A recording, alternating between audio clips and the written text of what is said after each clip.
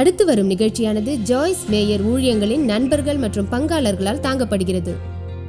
அவர் மிக தெளிவாக சொன்னார், இதை செய்யத்தான் உங்களை அழைத்தேன். நீங்கள் அங்கே சென்று அந்த நிலத்தில் இருங்கள். உங்களுக்கு தேவையானதை ஏற்கனவே செய்துவிட்டேன். நான் உங்களோடு இருப்பேன். நீங்கள் சுயமாக இருங்கள்.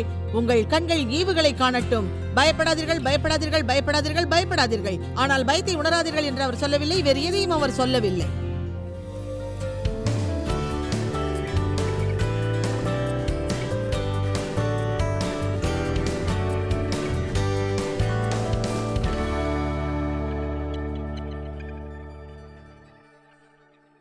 இப்போ நான் ஒரு பயிற்சி நிலையத்தில் ஒரு நிகழ்ச்சியில் ஈடுபட்டிருக்கேன். ஒரு எந்திரத்தோடு இருப்பேன்னு நான் நினைக்கல. நான் ஒரு கடையில் அசிஸ்டன்ட் மேனேஜராக இருந்தேன். சில கடைகளில் வேலையும் செஞ்சுக்கிட்டு இருந்தேன். சில புத்தகங்கள் எழுதின ஒரு நூல் நிலையத்தில் வேலை செஞ்சது நல்லாவே இருந்தது. அதுவே என்னோடய கடைசி வேலை. இப்போ ஒரு மிஷின் ஷாப்பில் நான் இருக்கேன். இது என் கற்பனைக்கு மீறின விஷயம். நேர்மையாக சொன்னால் தேவன் இங்கே இருக்க எனக்கு வழி காட்டியிருக்கிறாரு. என்னோடய பள்ளி பருவத்தில் பல விஷயங்கள் நடந்தது. தேவன் இங்கே நான் இருக்கிறதையே விரும்புகிறாரு. ஆனால் நான் பயத்தை உணரல. அமைதியாக இதை தெரிஞ்சுக்கிறேன். அதே சமயம் பேராசையோடையும் நான் இல்லை. கடவுள் எதிர்பாராத அளவுக்கு இதை வழங்கியிருக்காரு. அதோட பணத்துக்காகவும் நான் கவலைப்படலை. எனக்கு வேலை கிடைச்சாலும் கிடைக்கலனாலும் கவலைப்பட போகிறதில்ல, அது உறுதி. தேவன் எனக்காக ஒரு திட்டம் வச்சிருக்காரு. டியர் ஃபியர், உன்னை ஏன் அப்படி அழைக்கிறேன் என்றால், நீண்ட காலமாக நெருக்கமான ஒரு தொடர்போடு எங்களிடம் நீ இருக்கிறாய். வேறு எதற்காக உன்னை அப்படி நான் அழைக்கவில்லை. உள்ளபடியே தொடக்கம் முதல் முடிவு வரை நீ எங்களை துன்புறுத்தி உள்ளாய். நீ தொடர்ந்து பொய்களை சொல்லி நான் விரும்பியதை செய்ய விடாமல் தடுத்து விட்டாய். அதுதான் நடந்துள்ளது. நீ எங்களை துக்கப்படுத்தும் ஒரு மோசமான நண்பன். உன்னோடு இனிமேல் நான் தொடர்பு கொள்ள மாட்டேன்.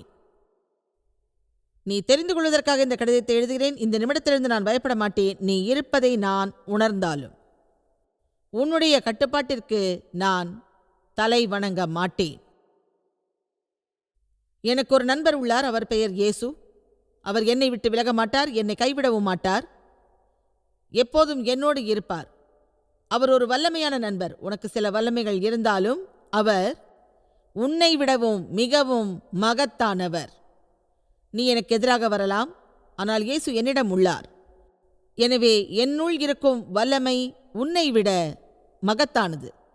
நீ என்னை நம்பாவிட்டால் 1 யோவான் 4:4 பார். நீ வருவதை என்னால் தடுக்க முடியாவிட்டாலும் உன்னை புறக்கணிப்பேன் என்ற ஒரு அறிவிப்பை வெளியிடுகிறேன். என் நண்பர் இயேசுவிடம் தோழமை கொள்வதிலும் அவருடன் நெருக்கமான உறவை மேம்படுத்துவதிலும் நான் ஓய்வின்றி இருப்பதால் உனக்காக என் நேரத்தை செலவழிக்க மாட்டேன். என் நேரத்தை இயேசுவுக்காக அதிக நேரம் செலவிட்டால் நான் அதிகமான தைரியத்தோடு இருப்பேன். அவர் ஒரு புதிய வழியை எனக்கு போதிக்கிறார். அது மிக வியப்பானது, துணிச்சலானது. அதில் பயம் என்பது கிடையாது. ஒரு விஷயத்தை உனக்கு தெரிவிக்கிறேன். உன்னிடம் நான் அதிகமாக அனுபவப்பட்டுள்ளேன். உன்னை கவனித்தால் அது தோல்வியில் முடியும் என்று எனக்கு தெரியும். எனவே நீ எவ்வளவு பெரிய ஒரு திருடன், ஒரு பொய்யன் என்பதை என்னால் முடிந்தவரை அநேக மக்களுக்கு நான் சொல்கிறேன். உன்னோடு நான் வீணடித்த வருடங்கள் மீட்கப்படும். நான் அருமையான கனியை பெறுவேன். என்னை இயேசுவிடம் அனுப்பியதற்கு உனக்கு நன்றி. நீ என்னை மிகவும் துக்கப்படுத்தியதால் உன்னிடமிருந்து விடுதலை பெற வழியை தேடினேன். உடனே இயேசு என்னை சந்தித்து எனக்கு விடுதலை வழங்கினார். இனிமேலும் என்னுடைய நேரத்தை வீணடிப்பேன் என்று நினைக்கிறாயா? என் கடிதத்தை நீ பெற்ற பிறகும் உன்னை சந்திப்பேன் என்று எண்ணுகிறாயா? உனக்கு பலமுறை நான் தெரிவித்துள்ளேன். தேவன் மீது எனக்குள்ள விசுவாசமும் உனக்கு நான் பயப்பட மாட்டேன் என்ற உறுதியும் உன்னை எதிர்கொள்ளும். எல்லோரும் தேவனை போற்றுங்கள்.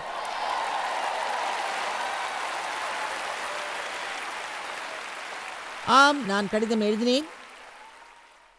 நான் ஆரம்பத்திலிருந்தே சொல்கிறேன், பயம் என்பது நம்மை விட்டு முழுவதுமாக நீங்கக்கூடியதல்ல. ஆனால் நீங்கள் பயத்தை உணர்வதால் அதற்கு நீங்கள் பயப்பட வேண்டிய அவசியமில்லை. மீண்டும் சொல்கிறேன், நீங்கள் பயத்தை உணர்ந்தால் அதற்கு நீங்கள் பயப்பட வேண்டிய அவசியமே இல்லை. உங்களை பற்றி எனக்கு தெரியாது. பல ஆண்டுகளுக்கு முன்னரே எனக்கு ஒரு நல்ல வெளிப்பாடு தோன்றியது. ஏனென்றால் நான் பயத்தை உணரக்கூடாது என்று விரும்பினேன். ஆனால் நான் பயத்தை உணரும்படி செய்து பின்னர் தேவன் எனக்கு துணிச்சலை வழங்கினார். துணிச்சல் என்பதன் அர்த்தம் நாம் முன்னேறி சென்று நாம் விரும்பியபடி செயல்படுவதாகும். அல்லது நாம் பயத்தை உணரும்போது தேவன் விரும்பியபடி செயல்படுவதாகும். நம் உணர்ச்சிகள் நம்மீது ஆதிக்கம் செலுத்த நாம் இடமளிக்கிறோம். எனவே ஒரு கிறிஸ்தவரிடம் இருக்க வேண்டிய குணம் என்னவென்றால், அவர் இப்படி தீர்மானிக்க வேண்டும், நான் பயப்பட மாட்டேன் என்று. எனவே எல்லோரும் சொல்லுவோம், இனி நான் பயப்பட மாட்டேன். அதன் அர்த்தம் நாம் பயத்தை உணர மாட்டோம் என்பதல்ல. நான் உறுதியாக உங்களிடம் ஒன்றை சொல்கிறேன், பயத்தை நீங்கள் உணர்வீர்கள். ஆனால் பயத்தை நீங்கள் உணர்ந்தாலும் நீங்கள் அதிலிருந்து விடுபட என்ன செய்ய வேண்டுமோ அதை உடனடியாக செய்யுங்கள். அதற்கு நீங்கள் பயப்படாமல் இருக்க வேண்டும். அதுதான் அதிலிருந்து நீங்கள் விடுபடுவதற்கான ஒரே வழி. இனிமேலும் உங்கள் உணர்வுகள் உங்களை சிக்க வைப்பதற்கு அனுமதிக்காதீர்கள். பைபிளில் 365 முறை என்ன சொல்லப்பட்டுள்ளது என்றால் பயப்படாதீர்கள் என்று. ஏன் அவ்வளவு முறை சொல்லப்பட்டது? ஏனென்றால் நமக்கு எந்த அளவுக்கு விசுவாசம் வழங்கப்பட்டுள்ளதோ அந்த அளவுக்கு சாத்தான் பயத்தை வழங்குவான் என்பது தேவனுக்கு தெரியும். தேவன் நமக்கு வழங்குவதற்கு எதிராகவும் மாறுபட்டுத்தான் பிசாசு எல்லாவற்றையும் வழங்குவான். தேவனிடமிருந்து எதையும் நாம் விசுவாசத்தின் மூலம் பெறுகிறோம், எதிரிடமிருந்து எதையும் பயத்தின் மூலம் பெறுகிறோம். விசுவாசத்தின் மூலமாக நம் வாழ்வில் தேவன் வருகிறார், நமது பயத்தின் மூலமாக நமது எதிரி உள்ளே நுழைகிறான். எனவே நாம் விசுவாசத்திலிருந்து விசுவாசத்தில் எப்படி வாழ்வது என்பதை அறிய வேண்டும். விசுவாசத்திலிருந்து பயத்திலோ அல்லது பயத்திலிருந்து விசுவாசத்திலோ இது போன்றெல்லாம் நாம் வாழக்கூடாது.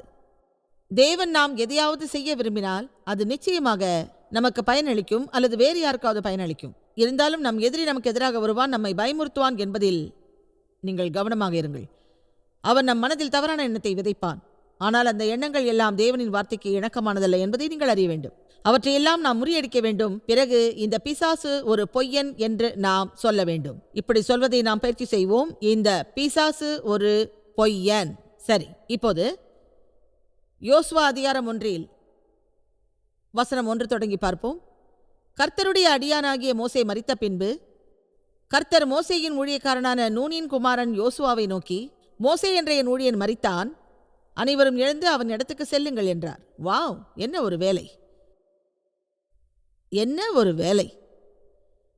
மோசே இடத்துக்கு செல்லுங்கள் என்றார். பிறகு மோசே என்ன செய்தார் என்று அவர் கவனித்தார். மக்கள் நடந்து கொண்ட விதத்தையும் அவர் பார்த்தார். அவர்கள் சரியாக நடக்காததால் அவர்களுக்கு இடம் கிடைக்கவில்லை. அந்த வருடங்கள் முழுவதும் அவர்கள் மோசேயுடன் வனாந்தரத்தில் இருந்தார்கள். அவர்கள் சரியாக செயல்படவில்லை. ஆனாலும் அந்த இஸ்ரவேலர்கள் அனைவரும் மோசேயை குறை கூறினார்கள், அவரை பற்றி முணுமுணுத்தார்கள், புகார் சொன்னார்கள், குற்றம் கூறினார்கள். ஆக மோசே மரித்தார். பிறகு தேவன் யோசுவாவிடம் சொன்னார், நீ எழுந்திரு, புறப்படு என்று. நீங்கள் எதையாவது செய்வதற்கு முன் மனதளவில் எழுந்திருக்க வேண்டும். அதுதான் அதில் உள்ள நற்செய்தியாகும். அது உடல் ரீதியாக எழுந்திருப்பதை பற்றி சொல்லவில்லை, மன ரீதியாக எழுந்திருப்பதை பற்றி சொல்கின்றது. இந்த வார இறுதியில் நான் சொல்லப்போகும் ஒரு நற்செய்தி மக்கள் மன ரீதியாக எழுந்திருப்பதை பற்றியதாகும். எனவே நீங்கள் எதை செய்ய வேண்டும் என்று தேவன் விரும்புகிறாரோ அதில் மன உறுதியோடு இருங்கள். எதிர்கொள்ள வேண்டியதை எதிர்கொள்ளுங்கள். தேவன் விரும்பும் ஒரு நபராக எப்போதும் இருங்கள். அப்படி நீங்கள் இருக்க வேண்டும் என்பதற்காகத்தான் இயேசு மரித்தார். எனவே உங்களிடம் ஒரு உறுதி வேண்டும். அது உங்கள் மனதில் எழும் புனிதமான ஒரு உறுதியாக இருக்க வேண்டும். அதைத்தான் மனதில் எழுவது என்று நான் சொல்கிறேன். உங்கள் உள்மனதில் நீங்கள் எழுந்தால்தான் வெளி உலகிலும் எழுந்திருக்க முடியும். ஆமென். நாம் எதையும் செய்ய முடியாது என்று நம்ப வைத்து நம் எதிரி அவற்றை கைவிட சொல்வான். ஆனால் நமது உள்மனது கிரியை செய்தால் நல்லவை நம்மை தொடர்ந்து வரும். பிறகு நாம் செய்யக்கூடாதது எல்லாம் நாம் கைவிட்டு விடுவோம். அவர் சொன்னார், மோசே மரித்தார், எழுந்திருந்து புறப்படு, அவர் இடத்தில் இரு, நீயும் உன் மக்களும் யோர்தானுக்கு செல்லுங்கள், இஸ்ரவேலர்களாகிய உங்களுக்கு நான் கொடுத்த இடத்திற்கு செல்லுங்கள் என்றார். அடுத்த வசனம் மிகவும் அருமையான ஒன்றாகும். அதை நீங்கள் அறியாவிட்டால் தேவனின் அருமையான வார்த்தையை அறிய மாட்டீர்கள். நான் மோசேக்கு சொன்னபடி உங்கள் பாதங்கள் மிதிக்கும் எவ்விடத்தையும் உங்களுக்கு கொடுத்தேன். நீங்கள் இதை செய்தால் அந்த இடத்தை உங்களுக்கு கொடுப்பேன் என்று அவர் சொல்லவில்லை. அவர் சொன்னார், நான் ஏற்கனவே உங்களுக்கு இடத்தை கொடுத்து விட்டேன், அதை நீங்கள் எடுத்துக்கொள்ளுங்கள் என்றார். என்ன சொன்னார்? நான் ஏற்கனவே உங்களுக்கு இடத்தை கொடுத்து விட்டேன், அதை நீங்கள் எடுத்துக்கொள்ளுங்கள். நான் சொல்வதை கேட்டீர்களா? நீங்கள் ஒரு அற்புதமான வாழ்க்கை வாழ்வதற்கு வசதியாக உங்களுக்கு எல்லாவற்றையும் நான் கொடுத்து விட்டேன், நீங்கள் எழுந்து சென்று அதை பெற்றுக்கொள்ளுங்கள் என்று அவர் கூறுகின்றார். ஆமென். அதன் அர்த்தம் இதுதான், நீங்கள் புனிதமான உறுதியோடு இருங்கள். நாம் இப்போதும் எப்போதும் விடுதலையோடு இருப்பதற்காகவே இயேசு மரித்தார். இயேசு மரித்ததால் நான் துணிச்சலாகவும் தைரியத்தோடும் இருப்பேன், பாதுகாப்போடும் நம்பிக்கையோடும் இனிமேல் நான் வாழ்வேன். இயேசு எனக்காக மரித்ததால் என் வாழ்க்கையை நான் துக்கத்தோடும் ஏமாற்றத்தோடும் கழிக்க மாட்டேன். அவர் காட்டிய வழியில்தான் நான் வாழ்வேன். ஆமென். நான் சொல்வதை கவனமாக கேளுங்கள். நீங்கள் அதில் உறுதியோடு இல்லை என்றால் நீங்கள் பெற வேண்டும் என்று தேவன் விரும்புவதை நீங்கள் பெற மாட்டீர்கள். அதை மற்றவர்கள் யாரும் தீர்மானிக்க முடியாது. நிச்சயமாக அதை மற்றவர்கள் தீர்மானிக்க முடியாது. நீங்கள் அதில் உறுதியாக இருந்தால் யாரும் அதை தடுக்கவும் முடியாது. ஆமென். நீங்கள் அதிலிருந்து வெளியேறாமலும் அதை கைவிடாமலும் இருந்தால் தேவன் நீங்கள் பெற வேண்டும் என்று விரும்புவதை நரகத்தில் உள்ள எந்த ஒரு பிசாசும் பூமியில் உள்ள எந்த ஒரு மனிதரும் அதை தடுக்க முடியாது. எனவே மற்றவர்களின் கரங்களில் நமது விதி இல்லை. அது நமக்கும் தேவனுக்கும் இடையிலானது. ஆமென். இந்த வசனத்தில் அவர் என்ன சொல்லுகிறார் என்றால், உங்கள் பாதங்கள் மிதிக்கும் எவ்விடத்தையும் உங்களுக்கு கொடுத்தேன்.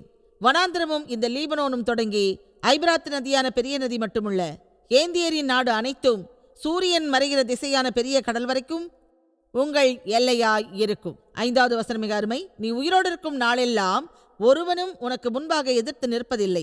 நான் மோசேயோடு இருந்தது போல் உன்னோடும் இருப்பேன். நான் உன்னை விட்டு விலகுவதும் இல்லை, உன்னை கைவிடுவதும் இல்லை. அடுத்து ஒரு மகத்தான நற்செய்தி உள்ளது. நீ மோசேயின் இடத்தை எடுத்துக்கொள் என்று அவர் சொன்னார். மேலும் சொன்னார், அதற்காக நீயும் மோசே போல் இருக்க வேண்டும் என்று நான் சொல்லவில்லை.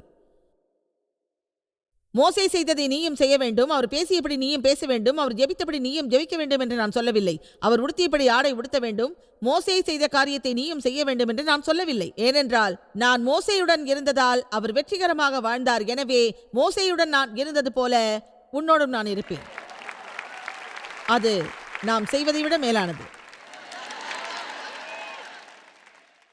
அது ஏனென்று தெரியுமா? தேவன் உங்களிடம் செய்ய சொல்லும் காரியம் மிகவும் கடினமானது என்று உங்களுக்கு தோன்றலாம். ஆனால் தேவன் சொன்னால் அதை முதலில் செய்யுங்கள். அதை செய்வதற்கு உங்களுக்கு விசுவாசம் இல்லாவிட்டால் உங்கள் மூலமாக தேவன் அதை செய்து விடுவார். மற்றவர்களின் வெற்றியில் தேவன் இருப்பது போல உங்களின் வெற்றியிலும் அவர் நிச்சயமாக இருப்பார். உண்மையிலேயே யோசுவா தானும் மோசே போல இருக்க வேண்டும் என்று நினைத்திருந்தால் அவர் தோல்வி அடைந்திருப்பார். அநேக மக்கள் தோல்வி அடைந்திருப்பதற்கு காரணம் அவர்கள் போதுமான துணிச்சலோடு இல்லாமல் இருப்பதுதான். அவர்கள் எப்போதும் பிறரை போல் இருக்கவே நினைப்பார்கள். ஆனால் அவர்கள் இருக்க வேண்டும் என்று தேவன் நினைக்கும்படியாக அவர்கள் இருக்க மாட்டார்கள். பலங்கொண்டு நம்பிக்கையோடு திடமனதாயிரு. இந்த இனத்தின் பிதாக்களுக்கு நான் கொடுப்பேன் என்று ஆணையிட்ட நாட்டை நீ இவர்களுக்கு பங்கிடுவாய். என் அடியானாகிய மோசே உனக்கு கற்பித்த நியாயப்பிரமாணத்தின்படி எல்லாம் செய்ய கவனமாய் இருக்க மட்டும் மிகவும் பலங்கொண்டு திடமனதாயிரு. நீ போகுமிடமெல்லாம் அறிவாளியாய் நடந்து கொள்ளும்படிக்கு அதை விட்டு வலது இடதுபுறம் விலகாதிருப்பாயாக. அவர் அடிப்படையாக சொன்னார், தேவன் உங்களிடம் செய்ய சொன்னதை நீங்கள் செய்தாக வேண்டும். தேவன் உங்களிடம் செய்ய சொன்னதிலிருந்து நீங்கள் விலகி இருக்காதீர்கள். வலதுபுறமோ இடதுபுறமோ பார்க்காதீர்கள். உங்கள் கண்களால் நேராக பார்த்து அதன்படி செல்லுங்கள். இன்று நான் உங்களுக்கு சொல்கிறேன், தேவன் உங்கள் இருதயத்தில் என்ன சொன்னாலும் அதை செய்யுங்கள். உங்கள் அருகில் உள்ளவரிடம் சொல்லுங்கள், அதை செய்யுங்கள். சரி. மேலும் 2 வசனங்கள் உள்ளன. இந்த நியாயப்பிரமாண புத்தகம் உன் வாயை விட்டு பிரியாதிருப்பதாக. இதில் எழுதியிருக்கிறவர்களின் படியெல்லாம் நீ செய்ய கவனமாக இருக்கும்படி இரவும் பகலும் அதை தியானித்துக் கொண்டிருப்பாயாக. அப்பொழுது நீ உன் வழியை வாய்க்க பண்ணுவாய். நான் உனக்கு கட்டளையிடவில்லையா? பலங்கொண்டு திடமனதாயிரு, திகையாதே, கலங்காதே. நீ போகும் இடமெல்லாம் உன் தேவனாகிய கர்த்தர் உன்னோடு இருக்கிறார். எனவே அந்த 4 வசனங்களில் 3 வசனங்களில் அவர் சொல்கிறார், உங்கள் பயம் உங்களை தடுக்க அனுமதிக்காதீர்கள் என்று. அவர் மேலும் சொல்கிறார், நீ இதை செய்யவே உன்னை நான் அழைத்தேன். நீ செய்ய வேண்டியது அங்கே உள்ள நிலத்தை நீ எடுத்துக்கொள். நான் ஏற்கனவே தேவையானதை உனக்கு தந்துவிட்டேன். உன்னோடு நான் இருப்பேன். நீ உள்ளபடியே அங்கு இருக்கலாம். உன் கண்களை ஈவுகளின் மீது வைத்திரு. நீ பயப்படாதே, பயப்படாதே, பயப்படாதே, பயப்படாதே. ஆனால் பயத்தை உணர வேண்டாம் என்று அவர் சொல்லவில்லை. நீ பயப்படாதே என்றுதான் அவர் சொன்னார். ஏனென்றால் மக்கள் பயத்தை உணர்வார்கள் என்று தேவனுக்கு தெரியும். எனவேதான் அவர் சொன்னார், அது உன்னை தடுக்க அனுமதிக்காதே. தேவன் சொன்னதை விட்டுவிட்டு நம் வாழ்வில் பயத்துக்கு அடிபணிந்தால் நமக்கு இழப்புதான் ஏற்படும். இப்போது இயேசு தமது மரித்தல் மற்றும் உயிர்த்தெழுதல் மூலம் நமக்கான விலையை ஏற்கனவே கொடுத்துள்ளார். நமக்கு முதன்மையானது நீதி, சமாதானம் மற்றும் பரிசுத்தாவியில் மகிழ்ச்சி. குற்ற உணர்வு மற்றும் நிராகரிப்பை நினைத்து நீங்கள் எவ்வளவு நேரம் வீணடிக்கிறீர்கள்? ஏமாற்றத்தோடு, குழப்பத்தோடு, கவலையோடு இருப்பதில் எவ்வளவு நாளை வீணடிக்கிறீர்கள்? பிசாசு நம் மகிழ்ச்சியை பறிக்க அனுமதிப்பதன் மூலம் அவன் நம்மை குப்பை கூடையில் தள்ளி துயரப்படுத்தி அதீரியப்படுத்துவதன் மூலமும் எவ்வளவு நாளை வீணடிக்கிறீர்கள்? அப்படி நிகழ்ந்தால் இயேசு நமக்காக மரித்த வாழ்வை நாம் பெற மாட்டோம். கவனியுங்கள், குற்ற உணர்விலிருந்தும் நிராகரிப்பிலிருந்தும் நாம் விடுபட மற்றவர்களை எதிர்கொள்ளும் துணிச்சலை விட நமக்கு மிக அதிகமான துணிச்சல் தேவை என்று நான் நினைக்கின்றேன். இயேசு சொன்னார், என் மீது உள்ள விசுவாசத்தின் மூலம் என்னோடு நீங்கள் இணக்கமாக இருக்கலாம் என்று. நம்மை பற்றியும் நாம் செய்கின்ற எல்லா காரியத்திலும் நாம் எப்போதும் தவறை உணர வேண்டும் என்று பிசாசு விரும்புகின்றான். நீங்கள் ஜெபித்தால் சரியானபடி ஜெபிக்க வேண்டும். நீங்கள் வார்த்தையை கேட்டால் என்ன கேட்டோம் என்பது உங்கள் நினைவில் இருக்காது. ஏனென்றால் அதற்கு மேலும் மேலும் கவனம் தேவை. நீங்கள் பிசாசை கவனித்தால் எதுவும் மாறுபட்டுத்தான் நிகழும். ஏனென்றால் பிசாசு நம் கவனத்தை ஈர்த்து விடுவான். பல ஆண்டுகளுக்கு முன் தேவன் என் இருதயத்தில் வைத்ததை நினைவு கூறுகிறேன். அவர் சொன்னார், ஜாய்ஸ், உன் விசுவாசத்தை நீ பெரிய அளவில் பயன்படுத்த விரும்பினால் குற்ற உணர்விலிருந்து நீ விடுபடவும் நிராகரிப்பிலிருந்து நீ விடுபடவும் விசுவாசத்தை பயன்படுத்தி என்றார். ஏனென்றால் எதிலும் எல்லா நேரமும் நான் குற்ற உணர்வோடுதான் இருந்தேன். அடிப்படை விஷயம் இதுதான். அதை பைபிள் சொல்கிறது. நாம் செய்யும் பாவத்திற்கான மன்னிப்பை கிறிஸ்து தன் மரித்தல் மற்றும் உயிர்த்தெழுதல் மூலம் ஏற்கனவே நமக்கு வழங்கியுள்ளார். நாம் வருந்த வேண்டும் என்று. நம்முடைய பாவத்திற்காக நாம் வருந்த வேண்டும், அதிலிருந்து நாம் விலக வேண்டும். அதை நாம் செய்துவிட்டால் தேவன் நமது பாவத்தை மன்னித்து விட்டதாக விசுவாசிக்கலாம். அதை அவர் மறப்பார். கிழக்கிலிருந்து மேற்கு வரை அதை விலக்கி வைப்பார். எனவே நாம் குற்றத்தை உணர்ந்தால் அது பிசாசிடமிருந்து வரும் ஒரு பொய்யாகும். அதே சமயம் அதை மறந்து விட்டதாக தேவன் சொல்கிறார். எனவே நாமும் அதை மறப்போம். அந்த விடுதலையை நாம் பெறுவதற்காகவே இயேசு மரித்தார். எனவே நேற்று நீங்கள் செய்த தவறுகளை இப்போது நினைத்து உங்கள் நேரத்தை வீணடிக்காதீர்கள். உங்கள் உணர்வுகளை சரிப்படுத்தினால் எதுவும் செய்ய முடியாது. ஆனால் நீங்கள் எப்படி வாழ வேண்டும் என்று சொல்ல முடியும். நீங்கள் வாழ வேண்டிய எப்படி வாழ்ந்தால் உங்கள் தீர்மானம் உங்கள் உணர்வுகளுக்கு ஏற்றபடி இருக்கும். அது உங்களுக்கு புரிகிறதா? நீங்கள் எதையாவது விசுவாசிப்பதற்கு முன்பு உங்கள் உணர்வுகள் சரியாவதற்காக காத்திருக்க வேண்டாம். முதலில் தேவனை விசுவாசியுங்கள். அவர் சொன்னபடி செயல்படுங்கள். பிறகு உங்கள் உணர்வுகள் அதை பற்றிக் கொள்ளும். இதை மறுபடியும் சொல்ல வேண்டுமா? நம் உணர்வுகளை பற்றி நாம் அதிகம் கவலைப்படுகிறோம். நான் உணர்கிறேன், நான் உணர்கிறேன், நான் உணர்கிறேன். அது பற்றி ஒரு புத்தகம் நான் எழுதியுள்ளேன். நம் உணர்வுகளை மீறி வாழ்தல்.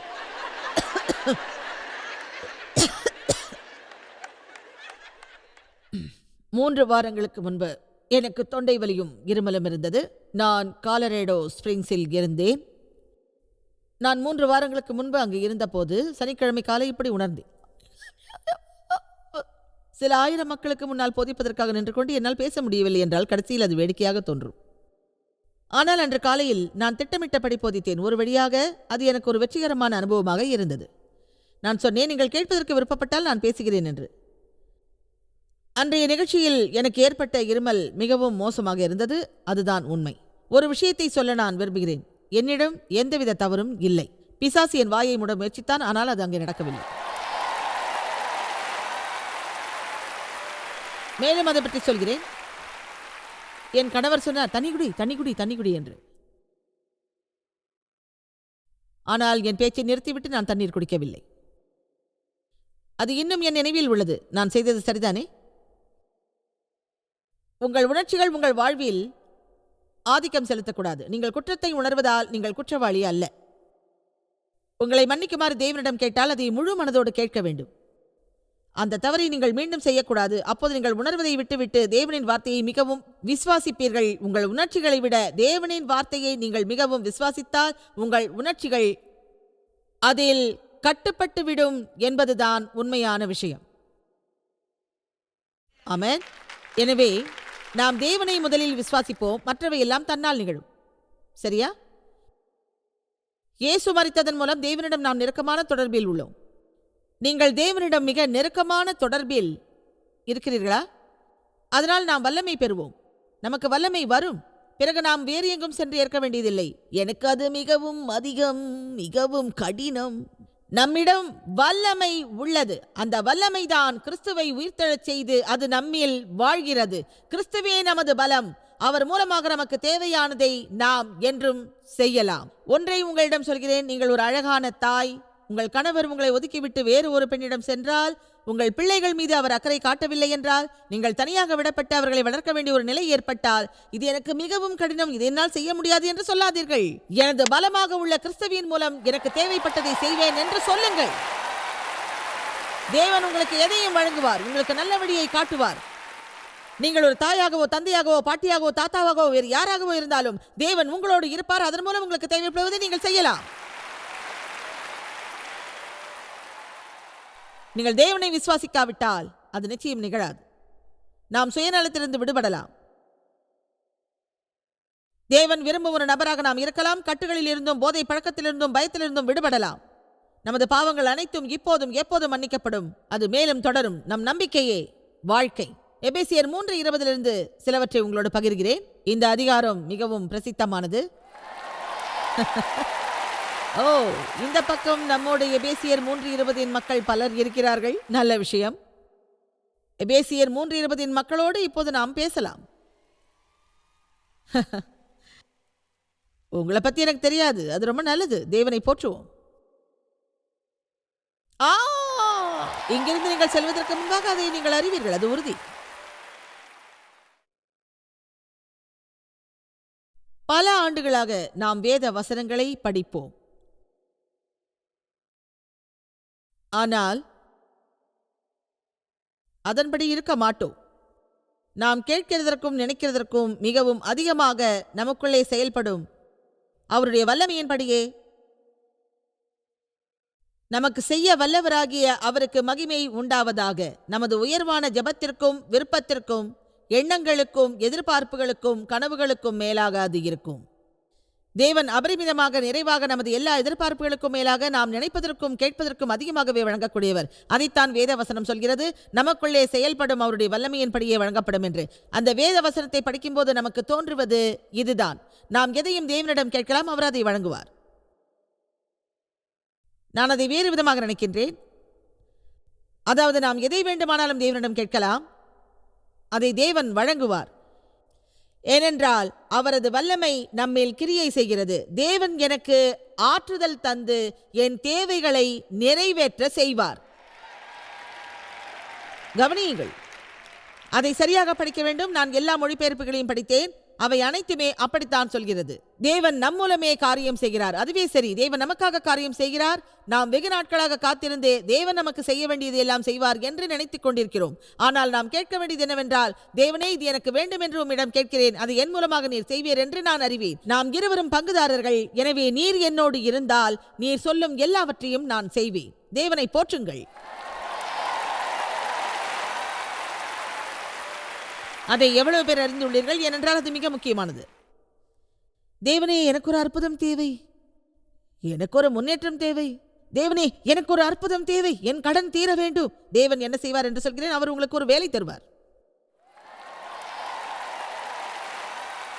முடிந்தால் 2 வேலையும் தருவார்.